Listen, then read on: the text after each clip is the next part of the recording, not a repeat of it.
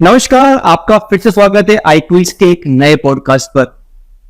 भगवान ने जो हमारा शरीर दिया है, ये बहुत ही सटीक तरीके से डिजाइन किया हुआ है, लेकिन हम अपनी ही हरकतों से या कह सकते हैं अपने ही शौक के चलते इस शरीर को बिगाड़ लेते हैं। अलग अलग टेक्नोलॉजी को फॉलो करते हुए अलग अलग शरीर के अंगों को बिगाड़ देते हैं। तो क्या क्या समस्याएं होती है, कौन कौन सी समस्या होती है सुनने के रिगार्डिंग, या क्या क्या होता है हियरिंग लॉस के चलते, ये हम आज जानेंगे हमारे गेस्ट से जो कि एक ऑडियोलॉजिस्ट हैं। वो हमें बताएंगे कि किस प्रकार हमें हियरिंग लॉस होता है और किस प्रकार हम उसको ट्रीट कर सकते हैं।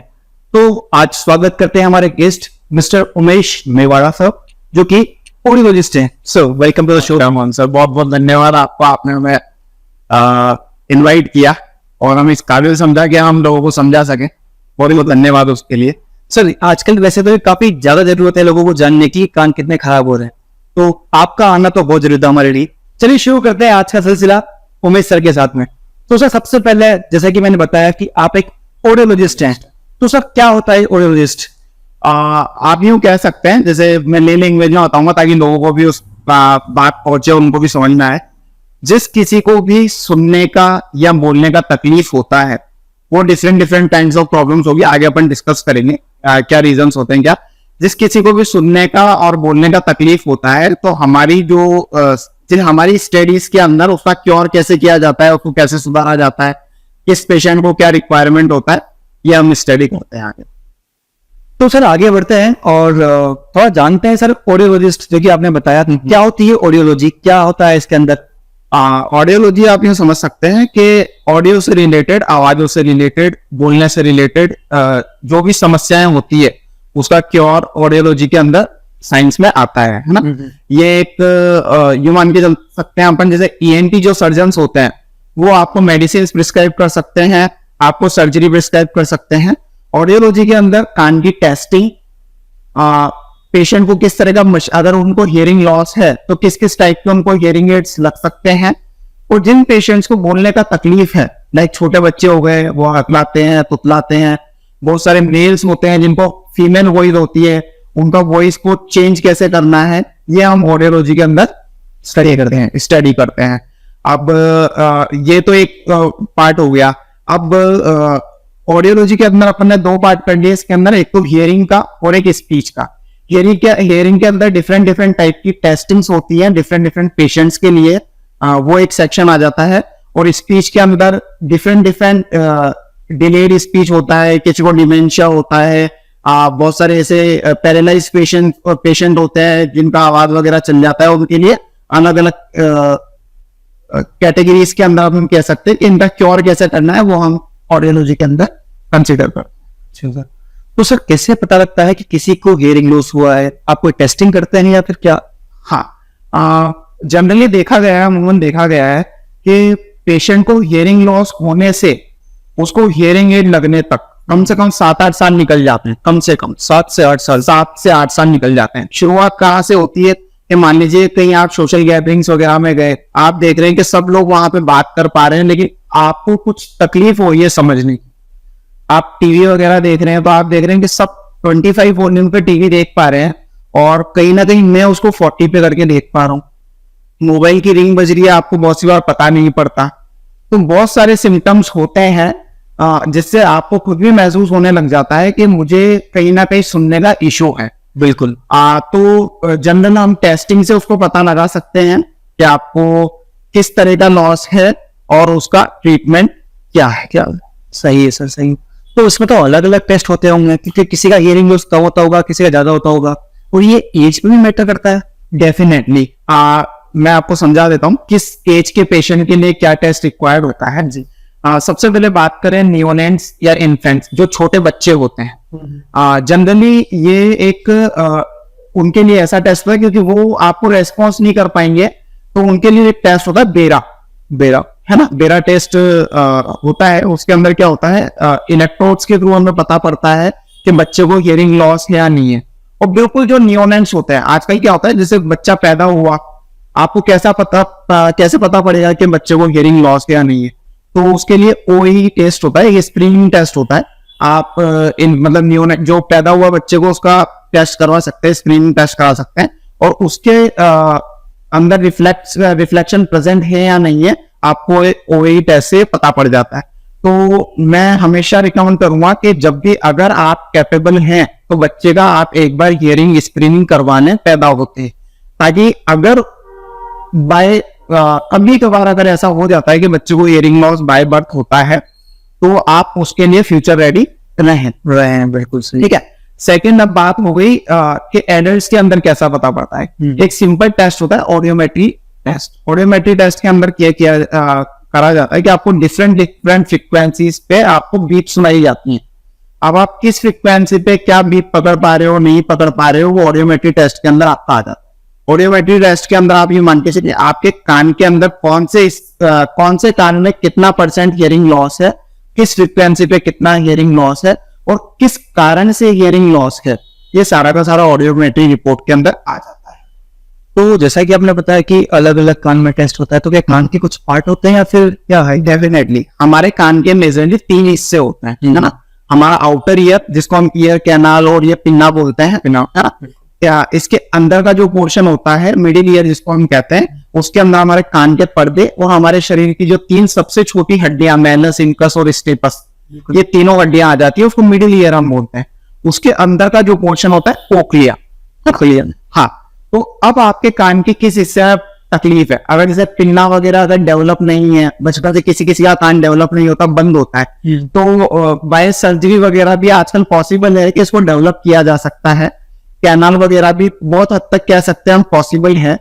किसी को अगर मिडिल ईयर का प्रॉब्लम है, कान का पर्दा फटा हुआ है, हड्डियां गली हुई है, तो बाय ऑपरेशन ये पॉसिबल है। अब अगर हम आगे की साइड पे जाते हैं, कोक्लिया।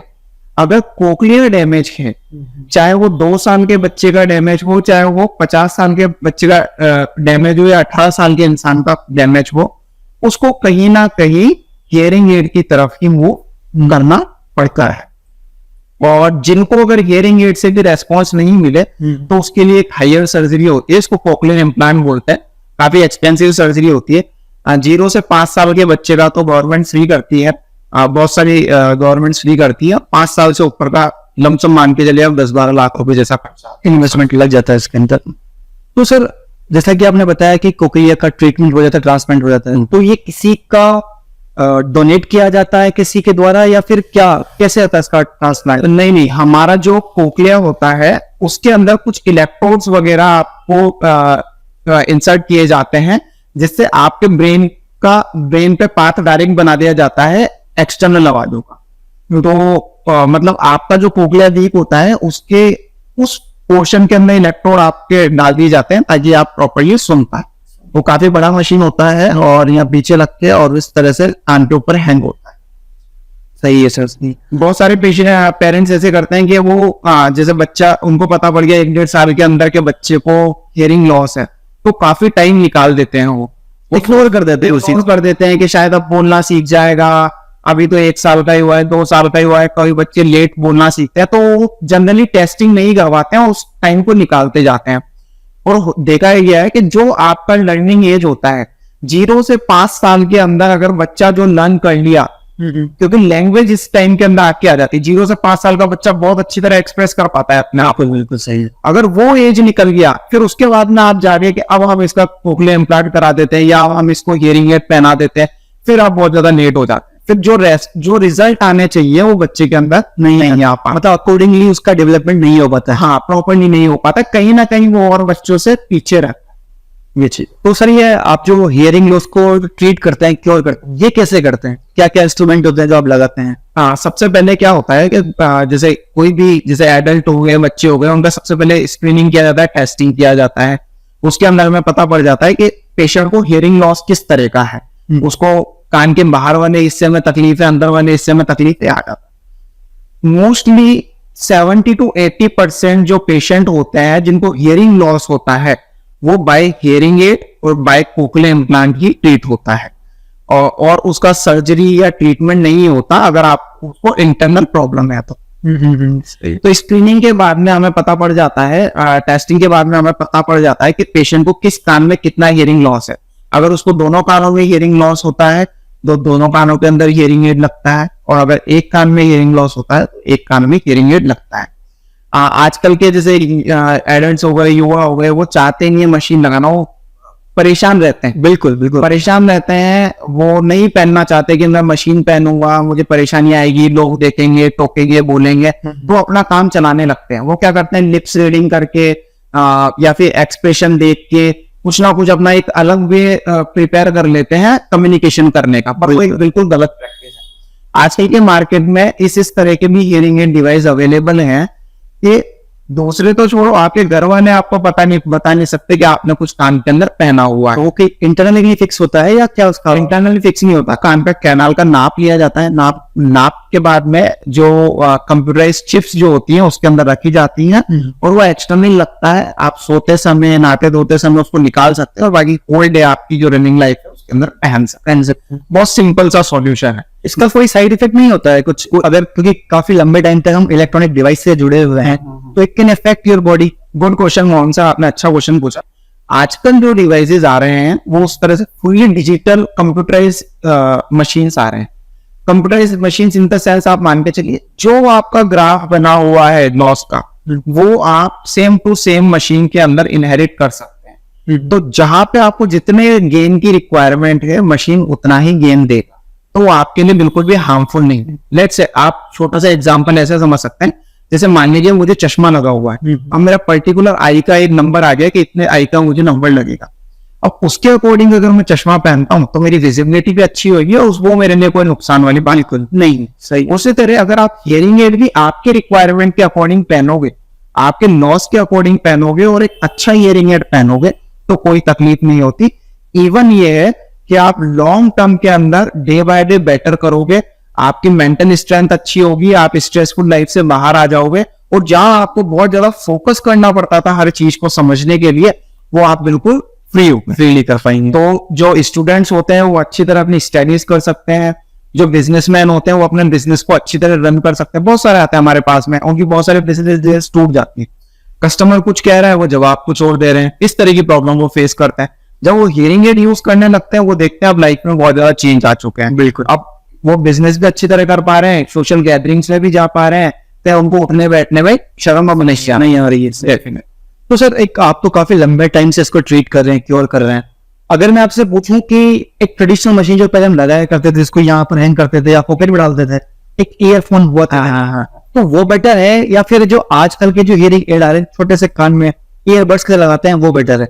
डेफिनेटली वो जिस डिवाइस का हम बात कर रहे हैं उसको पॉकेट लेवल हियरिंग एड बोलते थे। किसी टाइम पे जब टेक्नोलॉजी इतनी वास्ट नहीं थी, है ना, इतना एक्सपांड नहीं हुआ था, उस टाइम पे वो लोकल मशीन्स आप कह सकते हैं, उसके अंदर एक सिंपल एम्पलीफायर होता था जो एक आवाज बढ़ा के आपको दे देता था, पर कहीं ना कहीं वो हार्म करते थे आपकी हियरिंग को। क्योंकि होता क्या है, अगर मुझे चश्मा लगा हुआ है 0.5 नंबर का, अगर मैं उसको 1 नंबर का पहनूंगा तो मेरे लिए नुकसान ही। बिल्कुल। तो हियरिंग एड भी वही है कि जो जितना मुझे रिक्वायर्ड है उतना ही गेन मिले। तो जो पुराने जो ट्रेडिशनल हियरिंग एड होते थे उसके अंदर वो फीचर्स नहीं होते थे, उसके अंदर कंप्यूटर चिप्स, प्रोग्रामिंग चिप्स नहीं होती थी। अब जो हियरिंग एड आ गए वो आपके लॉस के अकॉर्डिंग चलेंगे तो आपके लिए बेनिफिशियल रहेंगे और परेशानी नहीं आएगी। सर, एक नॉर्मल एक जनरल क्वेश्चन है जो कि आम लोगों के पास होता है, सबके पास जनरली होता है, कि एक हियरिंग जो फ्रीक्वेंसी आपने बात की थी, फ्रीक्वेंसी होती है, तो क्या होती है हियरिंग फ्रीक्वेंसी? इसको हम बोलते हैं स्टैंडर्ड फ्रीक्वेंसी। हाँ। कितनी होनी चाहिए? जैसे हमने सुना, मतलब जैसे हम बचपन से साइंस वगैरह में पढ़ते आए हैं कि जो ह्यूमन की जो हियरिंग कैपेसिटी होती है वो 20 हर्ट्ज से 10,000 किलोहर्ट्ज तक होती है। उससे ज्यादा भी ह्यूमंस के लिए अच्छी नहीं है और उससे नीचे की भी ऑडिबल नहीं होती है। 20,000 हर्ट्ज। हाँ। और जो हमारी ऑडिबल जो साउंड्स होते हैं, हम जैसे अगर हम ह्यूमंस की बात करें तो हमारी जो ह्यूमन जो स्पीच होती है वो 20 से 60 डेसिबल्स तक वेरी करती है। जो हम बोलते हैं इतना डेसिबल्स तक वेरी करती है। अगर अब किसी को 70 डेसिबल्स का लॉस है तो उसको ह्यूमन वॉइस सुनने में तकलीफ आएगी। किसी को 90 डेसिबल का वॉइस लॉस है तो उसको गाड़ी घोड़ों की आवाजें भी बिल्कुल सुनाई नहीं देगी। किसको 100-110 डेसिबल का लॉस है तो उसके पास से ट्रेन निकल जाए उसको पता नहीं पड़ेगा कि पास से ट्रेन गुजरी है। तो अलग अलग कैटेगरीज वाइज हियरिंग लॉस होता है। स्टार्टिंग करते हैं माइल्ड लॉस से। माइल्ड लॉस कंसीडर कर सकते हैं कि हल्का फुल्का लॉस, कि किसी की फुसफुसाहट आवाजें या धीरे आवाजें पेशेंट को नहीं सुनाई दे। फिर होता है मॉडरेट लॉस, कि थोड़ा क्या कोई ग्रुप कन्वर्सेशंस वगैरह हो गए तो पेशेंट को फोकस करना पड़ रहा है मॉडरेट लॉस में। उसके बाद में मॉडरेटली सीवियर, उससे कुछ ज्यादा थोड़ा सा तेज टीवी सुनना, रेडियो सुनना, उसमें परेशानी आने लगी। सीवियर लॉस में कन्वर्सेशन भी फिर पॉसिबल नहीं हो पा रहा है। मॉडरेट लॉस में भी आपको पता पड़ने लग जाता है, मॉडरेट लॉस में सिर्फ 1-to-1 कन्वर्सेशन कुछ कुछ पॉसिबल हो पाता है, बाकी जनरली पेशेंट को पता पड़ने लगता है कि नहीं अब पॉसिबल नहीं हो रहा है, वो चीजें हो जाती हैं। तो इसको टाइम पे ही ट्रीट कर रहे हैं तो ही बेटर रहेगा। अब आप सोचेंगे अगर आपकी उम्र जैसे 25 साल है, अब आप निकाल रहे हो, शर्म कर रहे हो कि यार कोई बोलेगा मशीन पहनता है, समथिंग, कुछ बहुत सारे दूसरे वर्ड्स यूज करते हैं, बहरा है वगैरह, इस बैठे लगी हुई है, हाँ बहुत सारे कुछ बिल्कुल डिफरेंट समाज में हर तरह के वो लोग रहते हैं। तो इस चीज को ऐसे देखिए कि अगर आपने किसी से कोई क्वेश्चन करा, अब आपने उसका जवाब नहीं दे पाए, तो सामने वाले को तो वैसे भी पता पड़ रहा है कि आपको हियरिंग लॉस, बिल्कुल सही है, बल्कि आप मशीन लगा के उसका क्योर करके बल्कि आप स्ट्रेस फ्री रह सकते हैं। हाँ, एक बेटर कम्युनिकेशन आप कर सकते हैं और फिर सामने वाला नहीं टोकेगा आप। बिल्कुल, ये शुरुआती दिनों में 2-4-10 दिन आपको अटपटा लगता है, एडजस्ट करना पड़ता है। कोई भी नई चीज वो 2-4-10 दिन आपको एडजस्ट करने में लगता है, फिर उसके साथ में आप उसके यूज्ड टू हो जाते हैं और फिर जमाने को भूल के आप खुद देखते हैं कि मेरी लाइफ के लिए क्या चाहिए इंपॉर्टेंट है। सर एक फनी क्वेश्चन है, अगर आप पूछूं आपसे, डेफिनेटली सर, क्योंकि आप एक ऑडियोलॉजिस्ट हैं तो आप जानते हैं कि समस्या क्या होती है, कैसे सोल्व करते हैं, लेकिन अगर हम उस बच्चे की बात करें जो कि बचपन से बह रहा है, हाँ, वो सोचता किस लैंग्वेज में होगा? एक्चुअली उस सोचता तो वो, उसके पास कम्युनिकेशंस नहीं है, उसके पास लैंग्वेज नहीं है। बिल्कुल, हम देखते हैं कि भगवान अगर एक दरवाजा बंद कर देता तो 4 खोल देता है, ये समझता है। तो वो अपने कुछ अलग स्किल्स डेवलप कर लेता है। जैसे मान लीजिए उसके फादर गुस्सा कर रहे हैं तो एक्सप्रेशन से समझ जाएगा कि यार मुझे गुस्सा कर रहे हैं। बिल्कुल, अब उसको कुछ खाना होता है तो वो ऐसा इशारा कर देता है। तो साइन लैंग्वेज वो डेवलप कर लेता है। जो बिल्कुल डेफ एंड डम बच्चे रहते हैं उनके लिए कम्युनिकेशन स्किल्स होती है, वो साइन लैंग्वेज के अंदर अपने आप को एक्सप्रेस करते हैं और उनकी उसकी भी स्टडीज अलग होती हैं, डेफ एंड डम स्कूल्स रहते हैं। तो फिर वो बच्चे वो लैंग्वेज सीख के एक दूसरे से साइन लैंग्वेज से कम्युनिकेट करते हैं। आपने देखा होगा बहुत सारे पहले टीवी न्यूज वगैरह भी डेफ एंड डम होगा कि आर्टिकल से आपने देखा वो जो लॉजिकल लैंग्वेज में बात। हाँ डेफिनेटली सही है। अच्छा सर, जो आजकल का जो बहुत बर्निंग इशू है जो चल रहा है, लोग नए नए ईयरबड्स लेते हैं, नए नए नेक बैंड्स लेते हैं या ईयरफोन्स लगाते हैं, बहुत हाई वॉइस में, बहुत हाई पिच में जो है सॉन्ग्स को सुनते हैं या फिर कोई कॉन्सर्ट सुनते हैं। ये कितना डैमेज करते हैं हमारी बॉडी को, हमारे ईयर को? देखिए मोहन सर, आपने ये कहावत है कि अति हर चीज की खराब। बिल्कुल सही है। अगर साइंस ने इन्वेंशंस किए हैं, आपके पास में टेक्नोलॉजी है, चाहे कोई भी चीज हो, मोबाइल हो गया, ईयरफोन्स हो गए, कोई भी चीज हो, अगर आप उसको एक्सेस में यूज करेंगे, बहुत ज्यादा एक्स्ट्रा यूज करेंगे तो वो आपके लिए हार्मफुल है। अब जैसे मान लीजिए लाउड म्यूजिक में लाउड एक्सपोजर तो बहुत खराब है कानों के लिए। डेफिनेटली लाउड म्यूजिक हमें नहीं सुनना चाहिए। अगर आप उसको सही वे में यूज करेंगे कि हाँ आपने आधे घंटे म्यूजिक अप्रिशिएट कर लिया, 1 घंटे म्यूजिक अप्रिशिएट कर लिया, ये ठीक है। अब आप कंटिन्यूसली 8-8 घंटे, 10-10 घंटे, 12-12 घंटे लगा रहे हैं तो डेफिनेटली लॉन्ग टर्म के अंदर कहीं ना कहीं आपका हियरिंग लॉस का कारण ये हो सकता है। नॉइज एक्सपोजर, कंटिन्यूसली आप किसी नॉइज में रह रहे हैं, किसी साउंड में रह रहे हैं।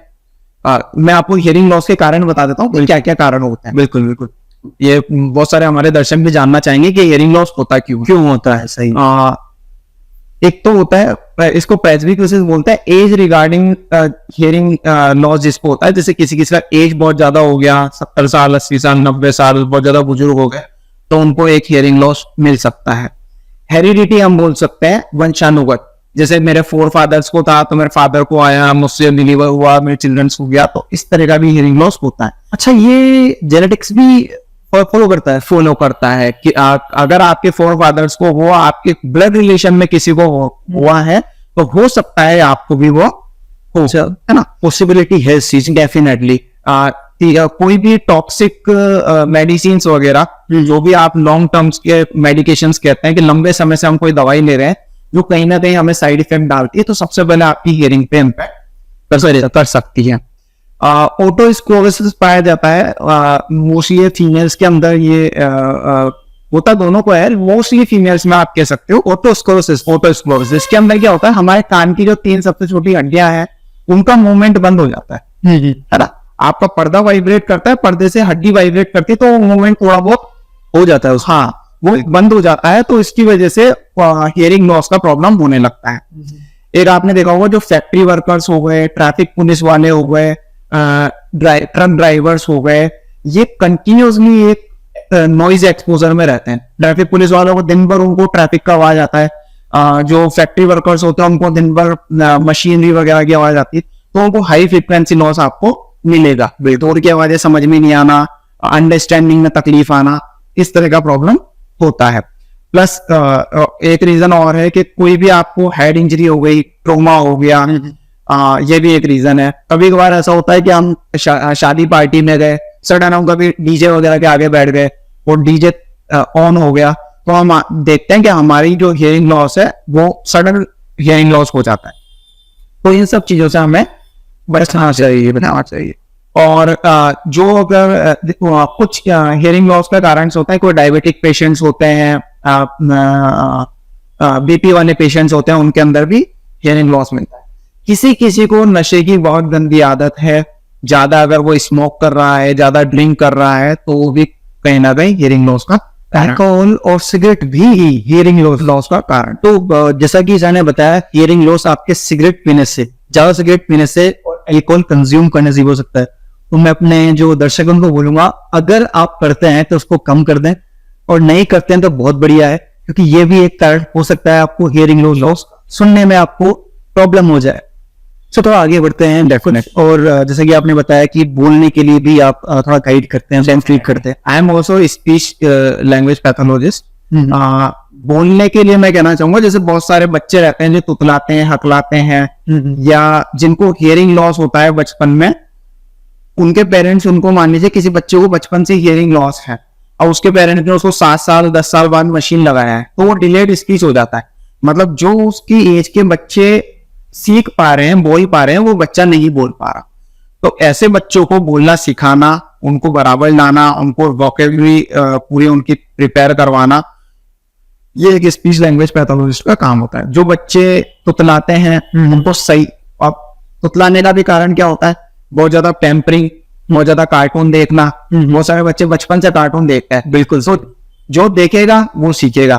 अब वो बच्चा कार्टून में इतना मग्न है कि वो कार्टून देखते देखते कार्टून की तरह ही बोलने लग जाता है। बिल्कुल बिल्कुल। बहुत सारे पेरेंट्स होते हैं, पैम्पर करते हैं, अले ले ले ले मेरा बाबू वगैरह, तो उस तरह से हो जाता है। किसी पेरेंट्स को अगर बोलने में फंबल है, अगर उनको प्रॉब्लम है, तो वो बच्चे को भी डाइवर्ट हो जाता है। बिल्कुल। जो जैसे सुनता है वही बोलता है। हाँ, डेफिनेटली। जैसे मान लीजिए किसी फादर को बोलने में तकलीफ है ना, मिस आर्टिकुलेशन है, वो वो नहीं बोल पा रहे हैं, तो आप देखेंगे बच्चा भी, क्योंकि कहीं ना कहीं तो फॉलो कर रहा है, वो फादर को फॉलो कर रहा है, तो फादर की उसको ग्रैब कर लेगा और कहीं ना कहीं वो सीखेगा। तो अगर आपका बच्चा बोलने में, अगर उसको आपको लगता है तकलीफ है, मिस आर्टिकुलेट कर रहा है, सही शब्द नहीं बोल पा रहा है, तो सबसे पहले उसका एनवायरनमेंट डिफाइन करो, मतलब कैलकुलेट करो कि कहाँ से ये ग्रैब कर रहा है। बिल्कुल, है ना। हो सकता है उसके सर्कल में कोई हो, घर में कोई हो, कार्टून ज्यादा देख रहा हो, तो उसको फाइंड करके और उस चीज को स्टॉप करके जितना जल्दी हो सके आप स्पीच थेरेपी करवाओ, तो बच्चों को रिजल्ट मिलते हैं। बहुत सारे पेशेंट्स में देखा जाता है कि मेल वॉइस होती है, लेकिन उनके गले से फीमेल वॉइस निकलती है, तो उसका भी ट्रीटमेंट पॉसिबल है। क्या वोकल कोड चेंज करते हैं क्या है? हाँ, कुछ एक्सरसाइज होती है, कुछ डिफरेंट टेक्निक्स होती है, उससे ये पॉसिबल है।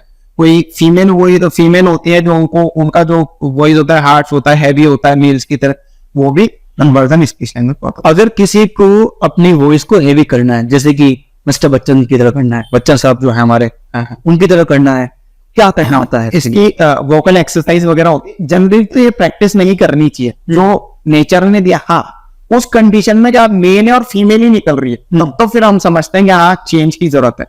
बहुत ज्यादा आवाज चेंज करना, ये मैं थोड़ा नहीं बोलूंगा कि इतनी वो नहीं करनी चाहिए, वो गलत प्रैक्टिस होती है। बाकी हाँ, कुछ प्रैक्टिस होती है, उसके थ्रू आप हमारे पास में आइए। अगर कुछ हमें लग रहा है कि चेंजेस की जरूरत है, तो हम उस चीज चेंज करवा देते हैं उसके अंदर। बिल्कुल सही है सर। अच्छा, लास्ट में जाते जाते मैं आपसे एक नॉर्मल बात पूछना चाहूंगा कि जैसे कि हम कहीं जाते हैं और वहां पर लाउड स्पीकर चल रहा है, तो हम कितनी देर तक लाउड स्पीकर सुन सकते हैं? अगर टाइम की बात करें, एस्टिमेटेड टाइम, तो कितना सुन सकते हैं? देखिए, अगर बहुत ज्यादा नॉइज एक्सपोजर है ना, एक सुनना, और एक जैसे जनरली आपने देखा होगा कि ऐसे ऐसे भी केसेस आते हैं कि दिवाली पे सर फटाका चलाया था, उसके बाद से कान में सुना ही नहीं गया, है ना। तो इस तरह के जो लाउड एक्सपोजर है वो बहुत ज्यादा हार्मफुल है। तो मैं तो सलाह दूंगा ही नहीं कि बिल्कुल आप स्पीकर के पास में बैठ जाओ, वो हो जाओ, क्योंकि कोई टाइम असाइन नहीं है। हो सकता है किसी को कोई 20 साल से डीजे का ही काम कर रहा है, उसको कोई परेशानी नहीं है। अगर आपको अगर वो प्रॉब्लम आनी है तो हो सकता है 5 मिनट में आपको प्रॉब्लम आ जाए, हो सकता है, बिल्कुल सही है ना। तो साउंड एक्सपोजर के अंदर जाना बिल्कुल मैं तो अलाउ करूंगा ही नहीं, मैं बोलूंगा ही नहीं कि जाना ही नहीं चाहिए। और ऐसी कंडीशन बनती है, और अगर आपके साथ में ऐसा होता है कि आपको सडन लॉस होता है, तो तुरंत जितनी जल्दी हो सके आप ईएनटी को विजिट करो, ऑडियोलॉजिस्ट को विजिट करो, और कारण पता लगाओ कि आपको तकलीफ क्या है और उसका क्योर क्या है। मोस्टली एक तरह का लॉस होता है सडन एसएनएचएल, है ना। उसके अंदर क्या होता है, जैसे आज sensory neuron hearing loss, sensory neuron hearing loss, इसको एक सडन केस भी होता है। आज रात को आप बिल्कुल सही सोए हो और सुबह देख रहे हो कि आपको सुनाई नहीं दे रहा। अब पेशेंट के साथ में क्या होता है, वो उस चीज को समझ नहीं पाता। सबसे पहले वो जनरल फिजिशियन के पास में जाते हैं, जनरल फिजिशियन उनको कुछ मेडिसिन वगैरह प्रिस्क्राइब कर देते हैं, और 2, 5, 10 दिन 20 दिन वो देखते हैं। फिर कहीं ना कहीं उनको समझ में आता है कि नहीं, सही नहीं हो पा रहा, तो फिर वो कहीं ना कहीं फिर ईएनटी की सजेशन दे देते हैं। फिर ईएनटी हमारे पास में टेस्टिंग वगैरह के लिए भेजते हैं, तो लंबा समय निकल जाता है इस प्रक्रिया में।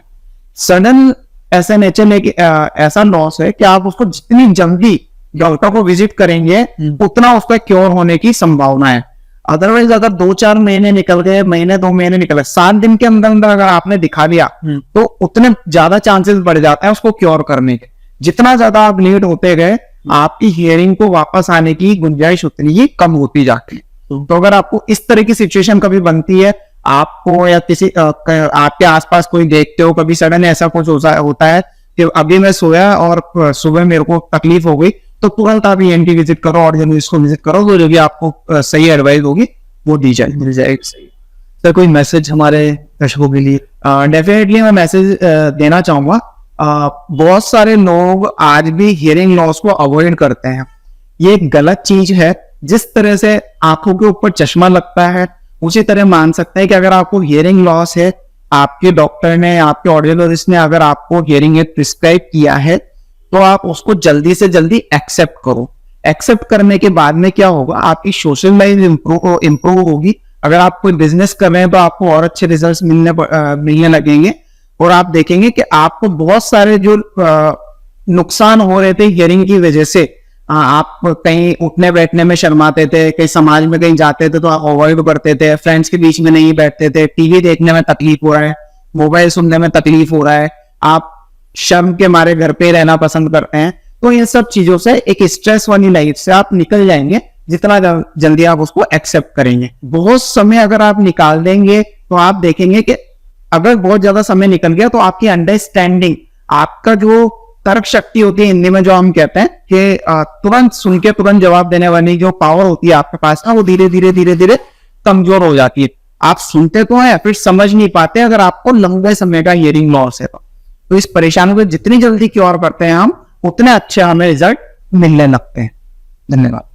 Thank you sir, thank you so much. आपने अपना प्रीशियस टाइम को दिया, और ये हो सकता है कि मेरे जो व्यूअर्स है उनको भी फायदा मिले। और अगर कुछ होता है, आपको कुछ प्रॉब्लम होती है, तो आप सर को कंसल्ट कर सकते हैं। सर की कॉन्टेक्ट डिटेल्स और ऑफिस एड्रेस मैं डिस्क्रिप्शन बॉक्स में डाल दूंगा। Sir thank you so much once again. बहुत धन्यवाद सर, थैंक यू।